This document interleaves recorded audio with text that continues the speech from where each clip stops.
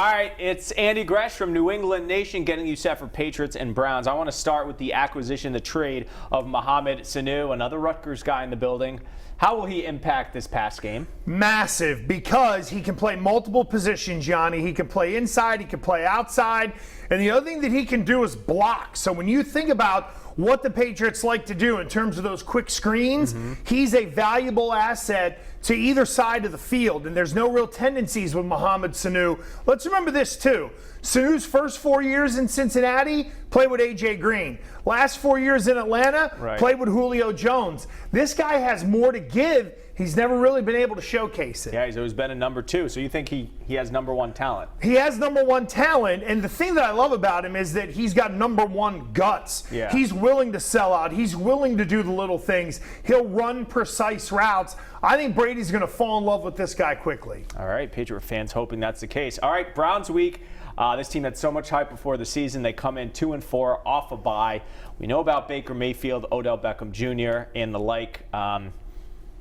They have the talent. Do they have the wherewithal, the coaching, the smarts, the non-turnover tendencies to make this a game Sunday? No, because their coach is an idiot. And this guy, Fred Kitchens, looks like he should be working in a kitchen somewhere versus coaching an NFL team. I mean, when you see him in some of his press conferences, he's got the look of Adam Gase at times, and he can't figure out what is going on around him. He's a poor in-game adjuster. He's a guy who's got a ton of talent, and he hasn't been able to take advantage of it. He looks overwhelmed. Yianni, I've never believed more in a coaching mismatch than I do this one coming up on Sunday with Bill Belichick and old Fred Kitchen. Oh, my God. All right, so Baker Mayfield, you may remember there were rumors that Bill Belichick wanted to move up and get him 2 years ago in the draft. Leads the league in interceptions. Is he going to have the sort of day Sam Darnold had on Monday? I won't be that bad because Baker Mayfield's been beat up a little bit. But look, you know, the Browns are looking for offensive linemen. Supposedly they might want to try to pry Nate Solder away from the New York Giants. They clearly had protection issues. They haven't really found an identity on offense. But here's why Baker Mayfield won't have the Sam Darnold, because that guy could throw 4 picks in the first half, and he's going to come out more determined than ever to be slinging the pill all over the lot. Baker Mayfield's one of those guys where until you literally rip the heart out of his chest, he's never going to die. And those people are dangerous because they get down 28-0 and they look at it as a challenge versus some guys turtling and being like, yeah, I want to tap out. All right, I want to ask you about the latest Tom Brady rumors. Adam Schefter, who isn't really a rumor mongerer, trying to connect dots about Brady setting up for retirement or not to play New England. And then Brady was pretty non-committal about his future, saying he's on borrowed time in an interview with WEEI. We know he's in the last year of this contract. What do you make of all this hot air? To me, this is much ado about nothing. Tom Brady's dad, Yeah. years ago, came out and said it's going to end ugly. Yeah. Because it does.